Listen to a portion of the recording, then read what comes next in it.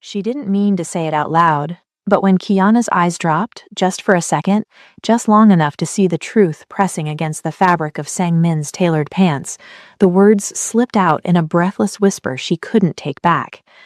That's too big. The air between them stopped moving. Sang-min didn't laugh, didn't smirk, didn't rush. He just tilted his head, his dark eyes never leaving hers, and took one slow step closer. Close enough that she could feel the heat radiating off his chest, close enough that her back pressed flat against the cool marble wall of his private penthouse suite, close enough that she forgot how to breathe. Kiana. His voice was low, steady, the kind of calm that made dangerous men more dangerous. Look at me. She did, and the way he was watching her, patient, hungry, controlled, made her knees weak. "I'll be gentle," he said softly, his thumb brushing the curve of her jaw. "I promise." Her pulse hammered in her throat. She wanted to believe him, she did believe him, but this wasn't just about tonight. It wasn't just about the way his hands moved slow and deliberate, like he had all the time in the world. It was about what would happen after. Because men like Sang-min didn't do casual, men like him didn't let go, and if she let him in, really let him in, there would be no walking away. Welcome to K-Stories by Emma. Before we continue, please like, share, subscribe, and hit that notification bell so you never miss any story. 6 months ago, Kiana hadn't even known his name. She'd only gone to the art show because her best friend dragged her there. Too many people pretending to understand abstract paintings, too much champagne, too much noise. And then she saw him. He stood at the back of the room, dressed in all black, his posture so still he could have been part of the exhibit. But he wasn't looking at the art. He was watching the exits. Kiana noticed that first, the way his eyes tracked every person who came in, every person who left, like he was calculating something. And then his gaze landed on her. Her breath caught. He didn't smile, didn't look away. He just watched, like he'd been waiting for her. An hour later, Kiana slipped outside onto the gallery balcony. She needed air, space, a break from the noise. She didn't expect him to follow, but suddenly he was there, silent, close. "You don't like crowds," he said. It wasn't a question. She turned, startled. "How do you know?" "You've been here an hour. You haven't spoken to anyone." Her pulse spiked. "Are you watching me?" "Yes." No smile, no apology, just the truth. She should have been creeped out, should have walked away, but something about his honesty kept her there. "Are you afraid of me?" he asked quietly. Kiana stared at him, at the sharp line of his jaw, the intensity in his eyes. And that's when she realized she wasn't afraid. That terrified her more than anything. Before she could answer, his phone rang. He pulled it out, glanced at the screen, and his entire demeanor shifted. He stepped away, speaking rapid Korean into the phone. His voice was sharp, commanding, cold. This wasn't a businessman taking a work call. This was something else. When he finished, he turned back to her. "I have to go." And just like that, he was gone. The next morning, Kiana sat at her usual cafe, working on a design project. A black coffee appeared at her table. She looked up. No waiter, no one nearby, just the coffee. And underneath the cup, a business card. No name, no title, just a phone number. Kiana didn't call the number, but 3 days later, he showed up at her cafe. She was deep into a logo design for a boutique client when she felt it, that prickling awareness of being watched. She looked up, and there he was, sitting by the window, black coffee in front of him, laptop open. He didn't look at her, didn't acknowledge her. He just existed. 2 days after that, she saw him outside her building, leaning against a sleek black car, scrolling through his phone like he had all the time in the world. When she walked past, he didn't say a word. Then it was the bookstore, the one she ducked into every Thursday after work. He stood in the poetry section, flipping through a book he clearly wasn't reading. Kiana's heart pounded every time, but he never approached, never spoke. He was just there, always watching, always close. It should have felt creepy, invasive. Instead, it felt like gravity. One rainy evening, Kiana left the cafe later than usual. She'd forgotten her umbrella, and the Seattle rain was coming down hard. She was about to make a run for it when an umbrella appeared over her head. She turned. Sang-min stood beside her, holding the umbrella steady. His expression was unreadable. "Take it," he said quietly. Before she could respond, he placed the handle in her hand and stepped out into the rain. Just walked away. No jacket, no cover. Just him getting soaked. Something inside Kiana snapped. "Wait," she called out, chasing after him. "Why do you keep showing up?" she demanded, breathless. "Why are you always there?" For a long moment, he just looked at her. Then quietly, "Because I can't stay away." Her breath hitched. "That's not an answer. It's the only one I have." That night, Tasha came over with wine and suspicion. "Girl, you need to be careful," she said, pouring them both a glass. "Men like that don't just show up everywhere. They're either obsessed or dangerous, maybe both." Kiana stared at her phone, the business card sitting on her coffee table. "I don't even know his name," she admitted. Tasha raised an eyebrow. "Then Google him." Kiana hesitated, then opened her laptop. She tried everything. Reverse image search using a mental picture of his face, the phone number on the card, keywords like Korean businessman Seattle. Nothing. Not a single social media profile, no LinkedIn, no Instagram, no digital footprint at all. It was like he didn't exist. "That's not normal," Tasha said, her voice tight. "People exist online. Everyone does." Kiana's stomach twisted. Who was he? Later that night, alone in her apartment, Kiana stared at the business card. Then she picked up her phone. She typed, "Who are you really?" Her thumb hovered over the send button. She pressed it. 3 dots appeared immediately. Her heart raced. The dots pulsed, once, twice. Then they disappeared. No response. Kiana stared at the screen, her chest tight. And for the first time since she met him, she felt something cold creep into her stomach. Fear. He showed up at her apartment the next evening. No text, no warning, just 3 sharp knocks on her door. Kiana opened it, her heart already racing before she even saw him. Sang-min stood in the hallway, dressed in dark jeans and a black jacket, his expression unreadable. "Come with me," he said. Not a question, not a request. She should have asked where, should have demanded answers first. Instead, she grabbed her coat. They drove in silence. The city lights blurred past as Sang-min navigated through downtown Seattle, his hands steady on the wheel. He didn't look at her, didn't explain. Kiana's mind raced with questions, but something about the tension in his jaw told her to wait. 20 minutes later, they pulled up to the waterfront. The sound of waves hitting the pier filled the quiet as they stepped out of the car. The air smelled like salt and rain. Sang-min walked to the edge of the dock and stopped. Kiana followed, her pulse thrumming. For a long moment, he just stared out at the water. Then he spoke. "I'm not safe." His voice was low, controlled, but there was something raw underneath. Kiana's breath caught. He turned to face her, and the look in his eyes made her chest tighten. "If you're smart," he continued, "you'll stop letting me pick you up. You'll delete my number. You'll forget you ever met me." She stared at him. This was it, the out he was giving her. The smart thing to do was take it, walk away, protect herself. But instead of fear, all she felt was a pull. Deep, magnetic, dangerous.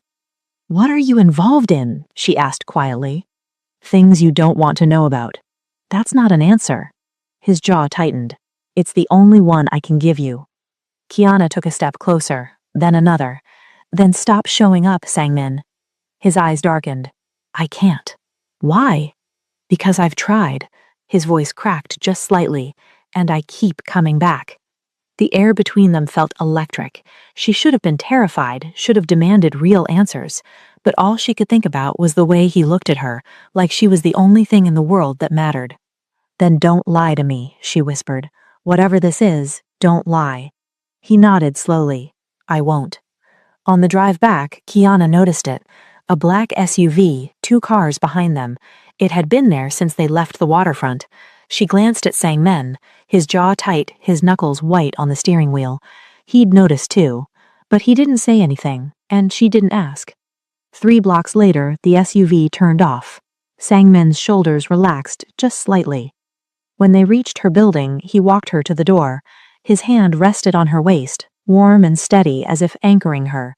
"Lock your door tonight," he murmured, his voice barely above a whisper. "Why?"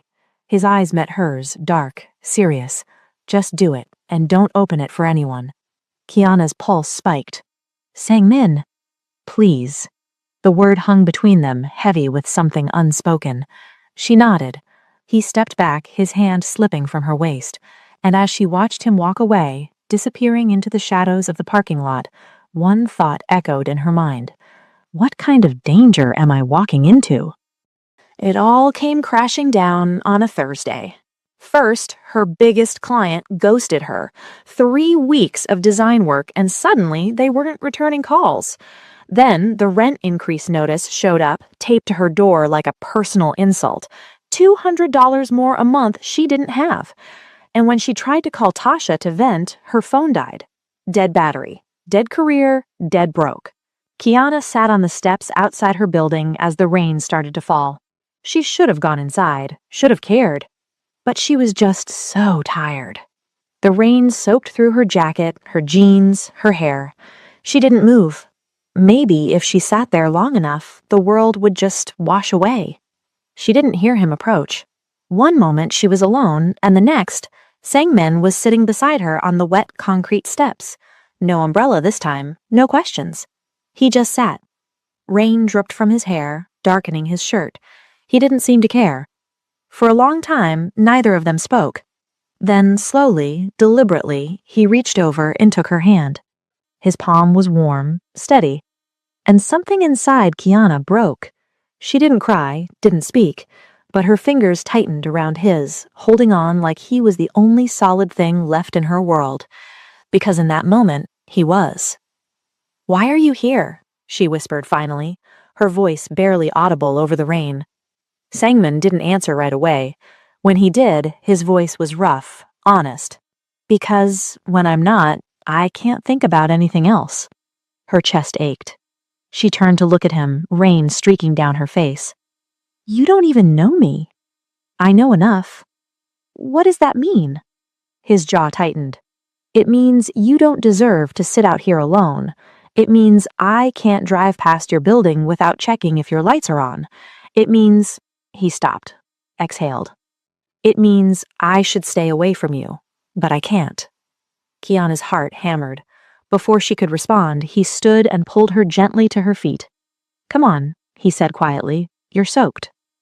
Inside her apartment, Sangmin moved with quiet efficiency. He found a towel in her bathroom, came back, and carefully dried her hair.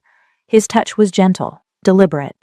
Kiana sat on the couch, too exhausted to protest, too overwhelmed to think. "Lie down," he said softly. She did. He draped a blanket over her, then sat on the floor beside the couch, his back against the cushions. "You don't have to stay," she murmured, her eyes already heavy. "I know." But he didn't leave. The last thing Kiana remembered before sleep pulled her under was the warmth of his presence, the steady rhythm of his breathing. For the first time in weeks, she felt safe. When she woke, sunlight was streaming through her windows. Sangmin was gone, but her door was locked from the inside, which meant he'd locked it on his way out and somehow left without unlocking it. Her phone, now charged and sitting on the coffee table, buzzed. One new message. She opened it, her heart pounding. "You're not alone anymore." Kiana stared at the screen, her chest tight.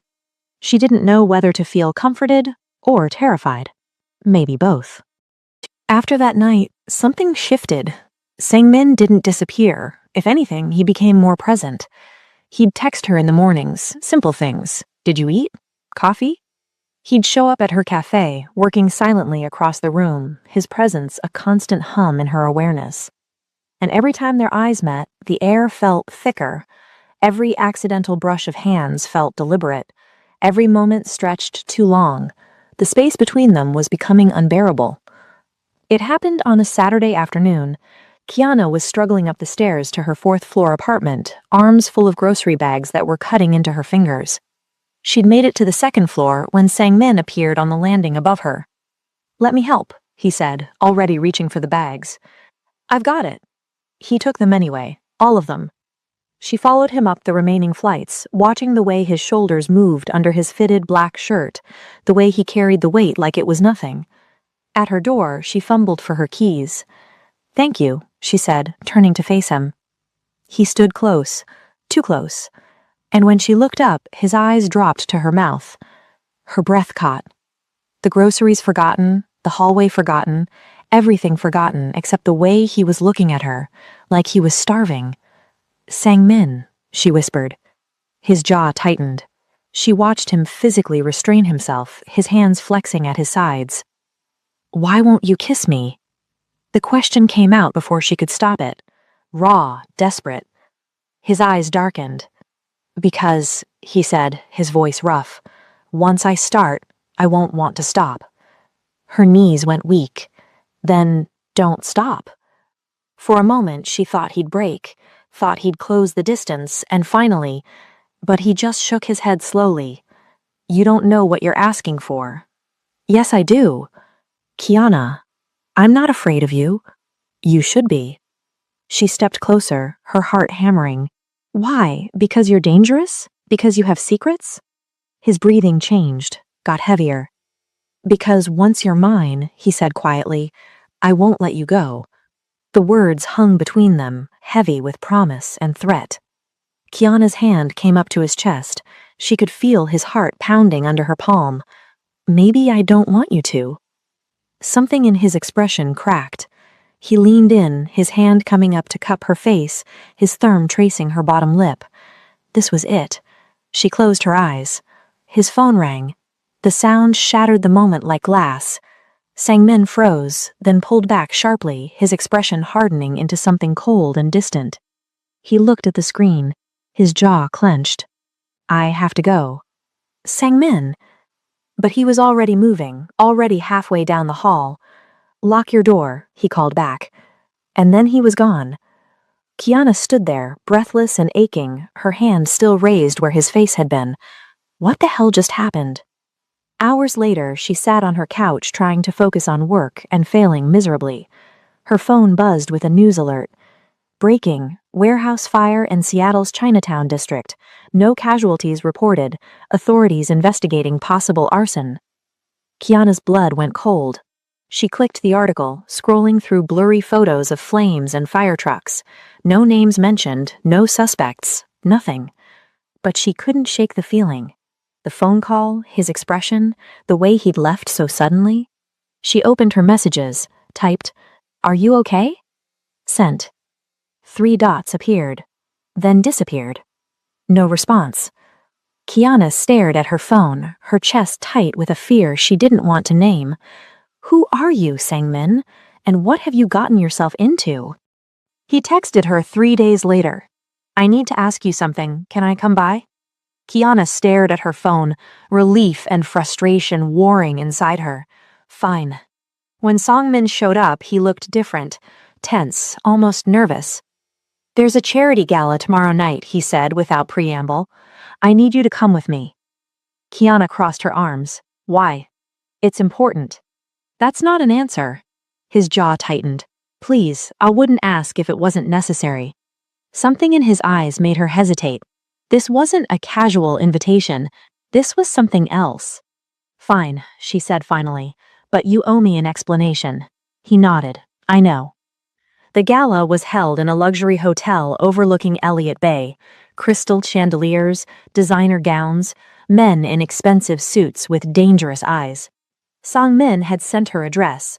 Black, elegant, perfectly fitted. She'd almost refused it on principle, but when she saw herself in the mirror, she couldn't deny it made her feel powerful. When Sang-min picked her up, the look in his eyes told her he noticed too. You look beautiful, he said quietly. She didn't respond. Inside the ballroom, Sang-min's hand settled on the small of her back, possessive and warm. He guided her through the crowd with practiced ease. Then it happened. A group of men approached, sharp suits, sharper eyes. They looked at Kiana with a curiosity that made her skin crawl. Sang-min, one of them said in accented English, you didn't mention you were bringing anyone. Sang-min's hand tightened on her waist. This is Kiana, he said smoothly. My girlfriend. The words hit her like ice water. Girlfriend. The men's expressions changed, became less predatory, more respectful, and that's when Kiana understood. This wasn't a date. She was cover. She played along, smiled when expected, laughed at appropriate moments, let Sang-min keep his hand on her waist. But inside, she was breaking. He'd used her, made her into a prop without even asking. It happened near the bar. Kiana stood alone for a moment while Song-min spoke with someone across the room. A man approached. Older, expensive cologne, predatory smile. "You're with Song-min?" he asked, his hand landing on her shoulder. Before Kiana could respond, Song-min was there. His hand shot out, gripping the man's wrist with enough force that the man's face went white. "Don't." Song-min's voice was deadly quiet. The man yanked his hand back, stepping away quickly. "My apologies." Song-min didn't acknowledge him, just took Kiana's hand and led her toward the exit. The car ride back was silent, tense. Finally, Kiana broke. "You used me tonight." Song-min's knuckles whitened on the steering wheel. "Yes." "To look normal? To look safe?" "Yes." "And you didn't think I deserved to know?" He exhaled slowly. "I thought if you knew, you'd say no." "You're right, I would have." Silence. Then, quietly, "But you didn't just use me, did you?" Song-min's head turned sharply. "When that man touched me," Kiana continued, her voice shaking, "you looked like you wanted to kill him. That wasn't part of the act. That wasn't fake." His breathing grew harsh. "No," he admitted, "it wasn't." "You don't get to rehearse emotions you're not ready to feel, Song-min." He stared at her, and something raw and desperate broke across his face. Without a word, he changed direction. They weren't going to her apartment. "Where are we going?" she asked. His voice was rough when he answered. "My place." Kiana's heart slammed against her ribs. "Why?" "Because," he said quietly, "you deserve the truth. All of it." The penthouse was exactly what she expected. Floor-to-ceiling windows overlooking the city, minimalist furniture, everything sharp and clean and expensive. But also cold, like a place where someone existed but didn't live. Sang-min poured himself a drink, whiskey, neat. He didn't offer her one. Instead, he stood by the window, his back to her, silent for a long moment. "My family owns legitimate businesses," he finally said. "Import, export, real estate, restaurants." Kiana waited. "But that's not where the real money comes from." Her chest tightened. He turned to face her, and the look in his eyes was raw. "My father runs the Korean operations for a syndicate, has for 30 years. When he dies, it passes to me." The words hung heavy in the air. "I didn't choose this," he continued, his voice strained. "I was born into it, raised in it. By the time I understood what it meant, it was too late to walk away." "What does it mean?" Kiana asked quietly. His jaw clenched. "It means debts paid in blood. It means territory wars. It means people who would hurt anyone I care about just to send me a message." She felt the weight of those words settle over her. "Tonight," he said, "those men at the gala, they needed to see me as stable, settled, not a threat. If they thought I was vulnerable, they'd test me. So you used me as proof." "Yes," he didn't flinch from the truth. "And I'm sorry, but Kiana," his voice broke slightly, "if they knew how much you actually mean to me, you'd already be dead." The room went silent. Kiana's heart pounded in her ears. She should run, should grab her things and never look back. But all she felt was heartbreak. Not for herself, for him. For the boy who never got to choose his own life. For the man trapped in a world he couldn't escape. "I'm terrified of you," she said softly. Sang-min flinched like she'd struck him. "Not because you're dangerous," she continued, stepping closer. "Not because of what you do or who your family is." She stopped in front of him, her voice barely a whisper. "I'm terrified because I think I'm falling in love with you anyway." For a moment, he just stared at her. Then he moved. His hands came up to frame her face, his forehead pressing against hers. His breath was ragged. "Then we're both terrified," he whispered. And for the first time since she'd met him, Kiana saw fear in his eyes. Real, raw fear. Not of enemies or violence or death, but of losing her. He walked her backward slowly until her spine met the cool marble wall. His hand cradled her face, his thumb brushing her cheekbone with devastating gentleness. If we do this, he said, his voice rough, there's no going back. You'll be part of my world. And that world will try to hurt me, I know. Kiana, I know, she said again, firmer this time. His eyes searched hers, looking for doubt, for hesitation. She had none. I'm choosing this, she whispered. I'm choosing you. Something in him broke, his control, his restraint, the walls he'd built around himself, all of it shattered. Then I'm yours, he said hoarsely, completely. Her breath caught. Say it again. I'm yours, Kiana, for as long as you'll have me. She pulled him closer, her hands fisting in his shirt. Then show me. His eyes darkened with heat and promise. Are you sure? She looked up at him, this dangerous, broken, beautiful man, and nodded. I'm sure. His kiss was different than she imagined. Slower, deeper, like he was memorizing the taste of her. Sangmin's hands moved with deliberate restraint, one cradling her face, the other sliding to her waist, pulling her closer. Kiana's back pressed against the wall, her heart racing as his body aligned with hers. She could feel everything, the heat radiating from his chest, the tension in his muscles, the evidence of his desire pressing against her stomach. Her breath hitched. And when her eyes dropped, just for a second, she couldn't stop the words from slipping out. That's too big. The air stopped. Sangmin went completely still. Then, slowly, he pulled back just enough to look at her. His hand came up to tilt her chin, forcing her to meet his gaze. Kiana. His voice was low, steady. Look at me. She did. His eyes were dark with need, but also something else. Patience, control, care. I'll be gentle, he said softly, his thumb brushing her jaw. I promise. Her pulse hammered in her throat. She wanted to believe him. She did believe him. Okay, she whispered. He carried her to his bedroom like she weighed nothing, laid her down on sheets that smelled like him, clean, expensive, masculine. And then he took his time. Every touch deliberate, every kiss slow. He mapped her body like he was learning a language only she spoke.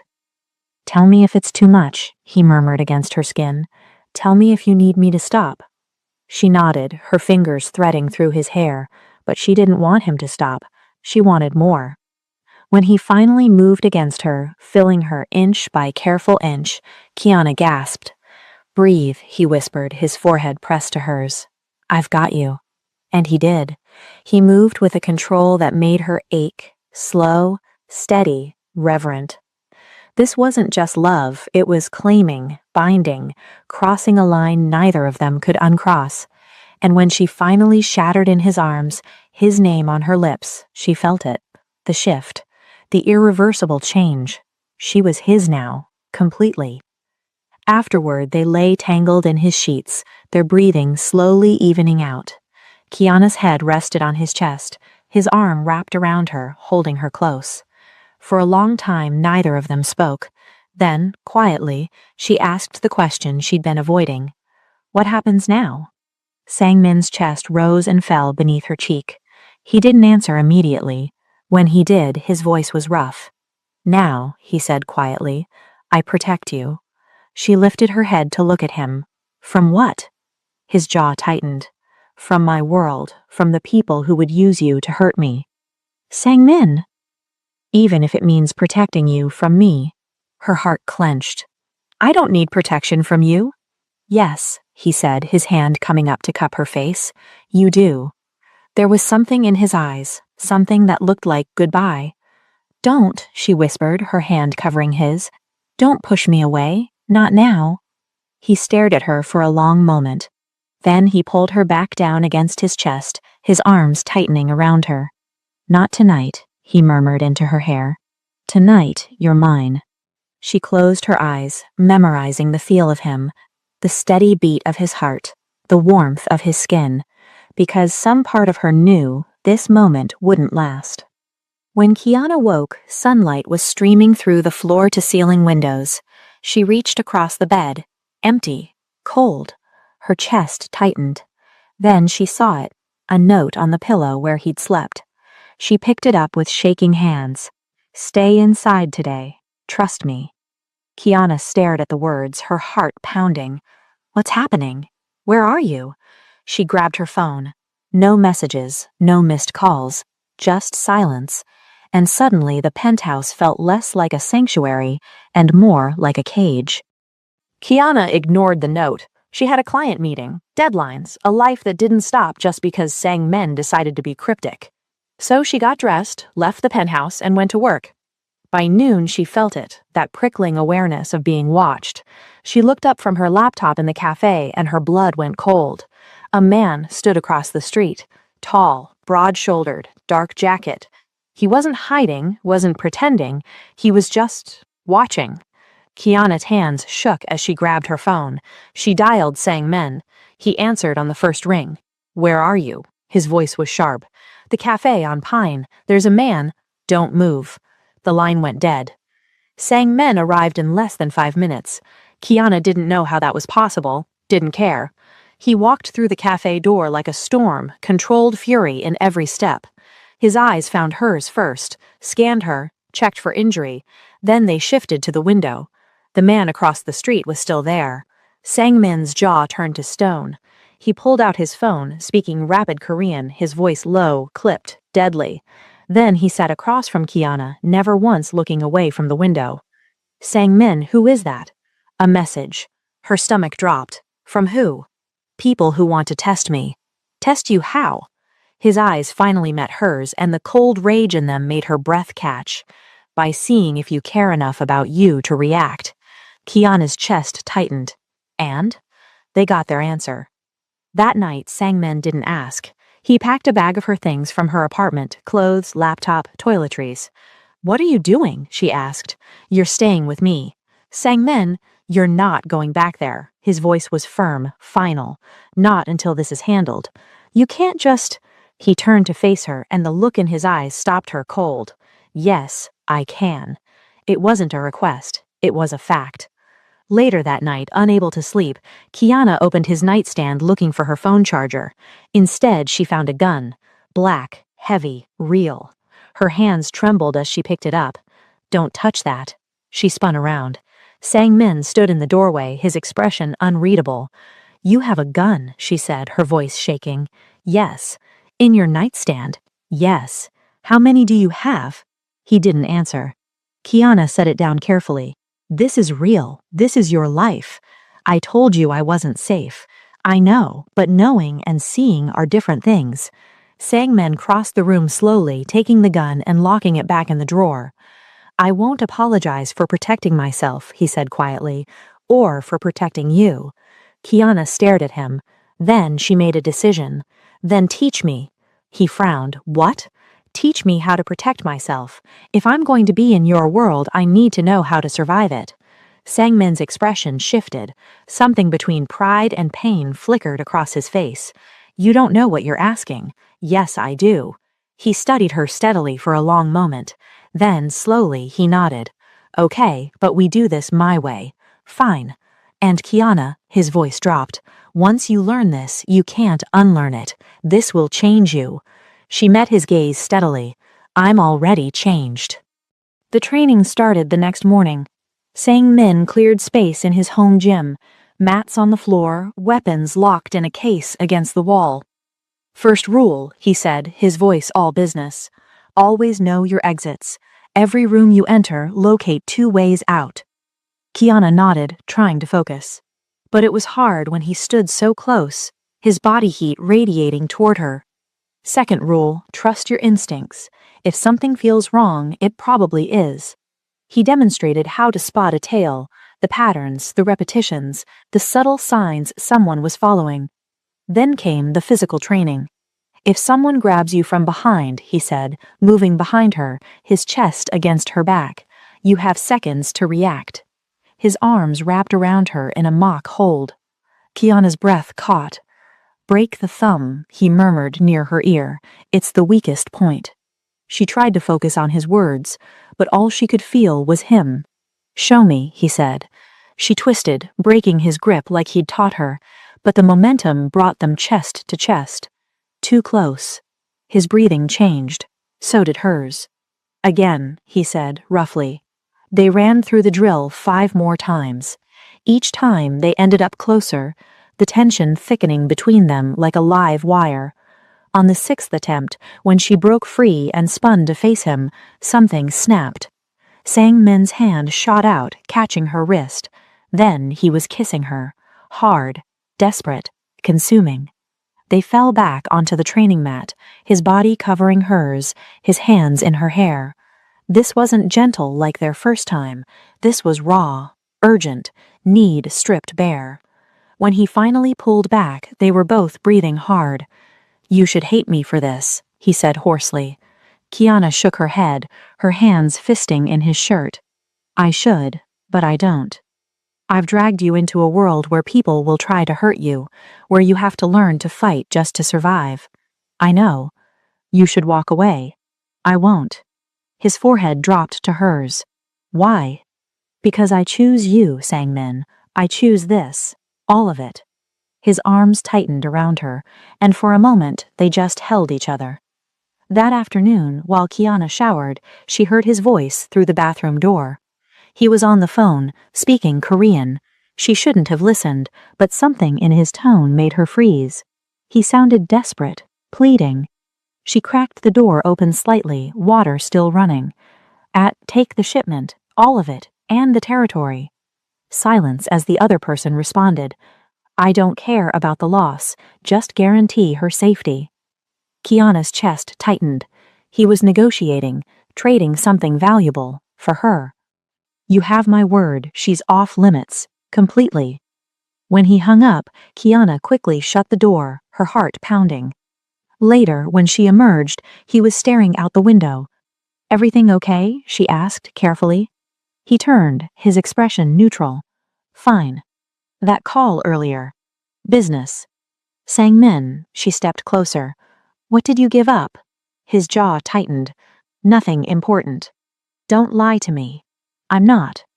"What did you trade for my safety?" He met her eyes, and for a split second she saw the truth there. Pain, sacrifice, loss. Then it was gone, replaced by that careful mask. "Nothing I can afford to lose." But Kiana knew, whatever he'd given up, it had cost him everything. Kiana woke to an empty bed. Again. But this time felt different. The silence in the penthouse was heavier, wrong.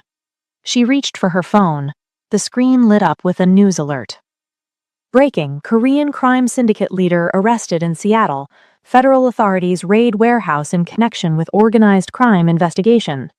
Her blood turned to ice. She clicked the article with shaking hands, scrolling frantically through the text. No name, no photo yet. But a detail caught her eye. The suspect is believed to be in his early 30s, a key figure in the Korean-American organized crime network. Sang Min was 32. "No," she whispered. "No, no, no." She dialed his number. It rang once, twice. Voicemail. She tried again. Nothing. Panic clawed at her throat. 3 hours later, the penthouse door opened. Kiana shot up from the couch, her heart in her throat. Sang Min walked in, looking exhausted but unharmed. Relief crashed over her so hard she couldn't breathe. "You're okay," she gasped, crossing the room to him. "I saw the news and I thought—" "It wasn't me." She stopped. "What?" He set his keys down slowly, his jaw tight. "The arrest, it wasn't me." "Then who?" "My brother." The words hung in the air. Kiana's mind raced. "You have a brother?" "Had." Sangmin's voice was hollow. "Jihoon. He's 25.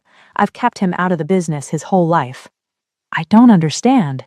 Sangmin moved to the window, staring out at the city. "My father wanted him trained, wanted him to take over operations in California.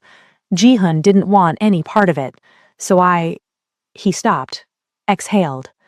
"I made a deal, arranged for him to get caught with just enough evidence to put him away for 6 months. White-collar charges, minimum security." Kiana's chest tightened. "You set up your own brother?" "To save him." Sangmin turned to face her, and the pain in his eyes was devastating. When he gets out, he'll have a record. He'll be useless to the family. They'll leave him alone. So you let him take the fall. No, his voice was firm. I made sure he'd survive it. I have people inside who will protect him. 6 months from now, he walks out free. Really free. And you? Sangmin's expression darkened. I stay. Why? Because someone has to, and if it's not me, it'll be him.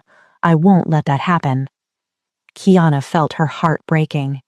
So you're trapped? Yes. Forever. He didn't answer, because they both knew the truth. He would never be free.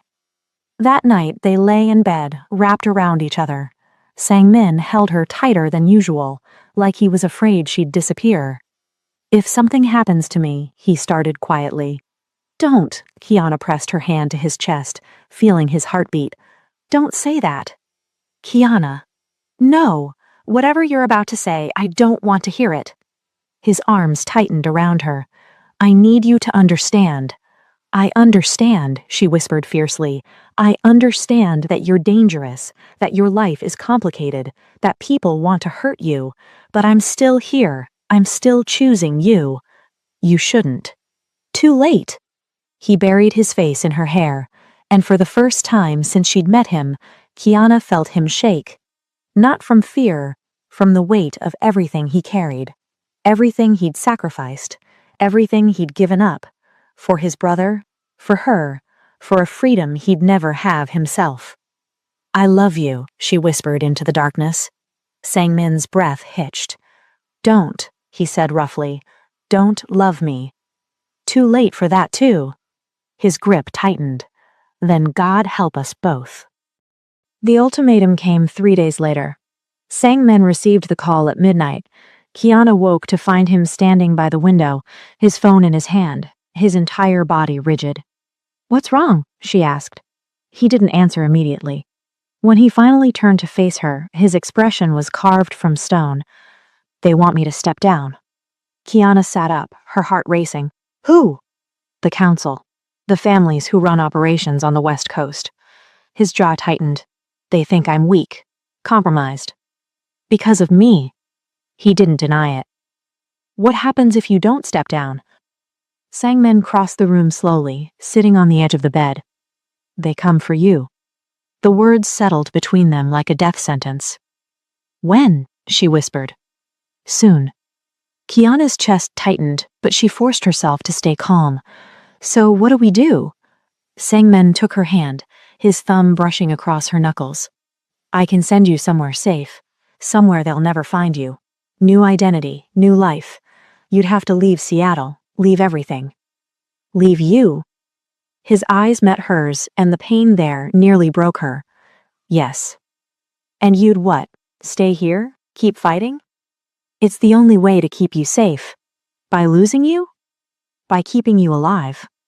Kiana pulled her hand away, standing up from the bed. No. Kiana. I said no. You don't understand what you're refusing. These people don't negotiate. They don't forgive. If you stay...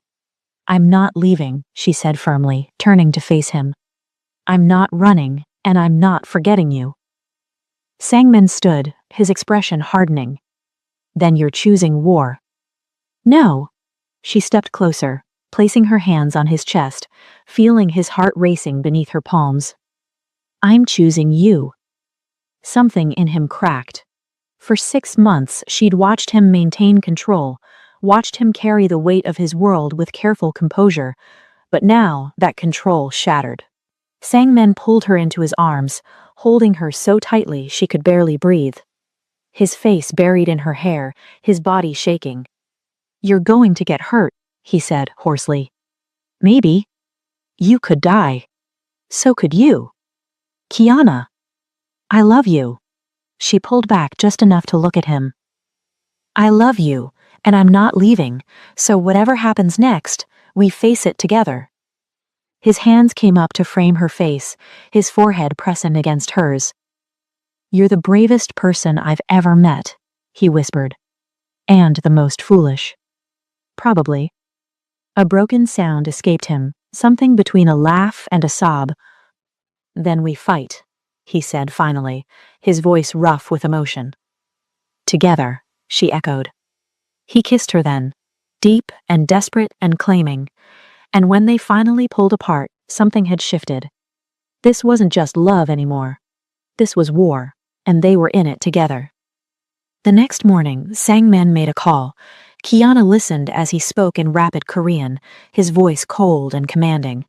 When he hung up, he turned to her. It's done. What is? His eyes were dark, determined. I told them no, and now we prepare. The war wasn't what Kiana expected. There were no shootouts, no dramatic confrontations, just quiet moves, strategic plays. Sang-min spent hours on the phone, speaking in Korean she couldn't understand. He met with people in expensive restaurants, his expression unreadable. He made deals she wasn't privy to. But he always came home to her.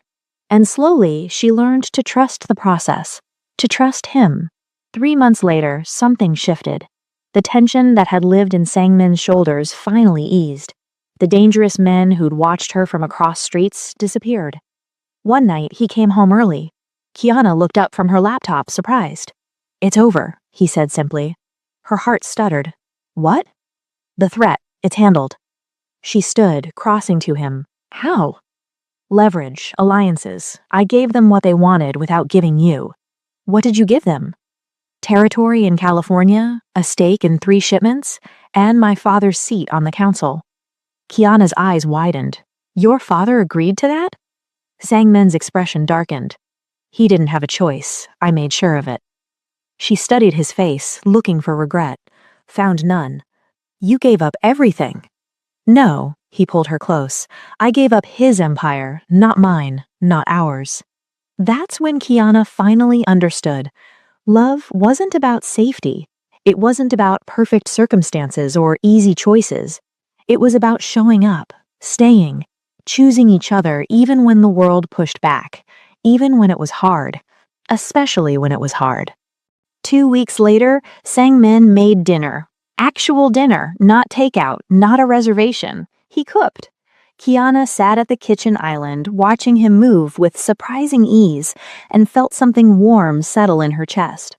This was what she'd been fighting for. Not the penthouse, not the protection. Just him, just them. Just this quiet moment of ordinary life carved out of an extraordinary situation. I have something to tell you, Sang-min said, plating the food. Her stomach tightened. Okay. He set the plates down, then leaned against the counter. I'm stepping back. From what? The family business. He met her eyes. Not completely, I can't walk away entirely, but back, far enough that I can build something else. Like what? A life. His voice was steady, sure. With you. Kiana's breath caught. If you want that, he added quietly. Sang-min, he reached into his pocket and pulled out a key. Not a ring, a key. Move in with me, he said, not because it's safer, not because I'm trying to protect you, but because I don't want to wake up without you. Kiana stared at the key in his palm. 6 months ago, she'd met a stranger at a gallery, a man who watched exits, who appeared in her life like gravity, a man with blood on his hands and secrets in his eyes. And now, here he was, offering her a key, offering her a future. Yes, she whispered. The relief that crossed his face was devastating. He closed the distance between them, pulling her into his arms. I love you, he said against her hair. I should have said it sooner. You're saying it now. I love you, Kiana, completely. Tears pricked her eyes. I love you too. Later that night, they stood on the balcony overlooking Seattle. The city lights stretched out before them, endless and bright. Sang-min's arm wrapped around her waist, holding her close. It won't always be easy, he said quietly. I know. There will be moments when my past comes back. I know. But I'll protect you, always. Kiana leaned into him, the key still warm in her hand. And I'll stay, always. He pressed a kiss to her temple, and as they stood there, wrapped in each other, Kiana realized something. This love would never be simple. It would be complicated, messy, sometimes dangerous, but it was theirs, built on truth, on choice, on the decision to keep showing up even when it was hard. And that was enough. The end. Thank you for joining Case Stories by Emma for this incredible journey. If you loved this story, please like, share, and subscribe. Your support means everything. Until next time, believe in love, fight for what matters, and never give up on redemption. This is Emma signing off.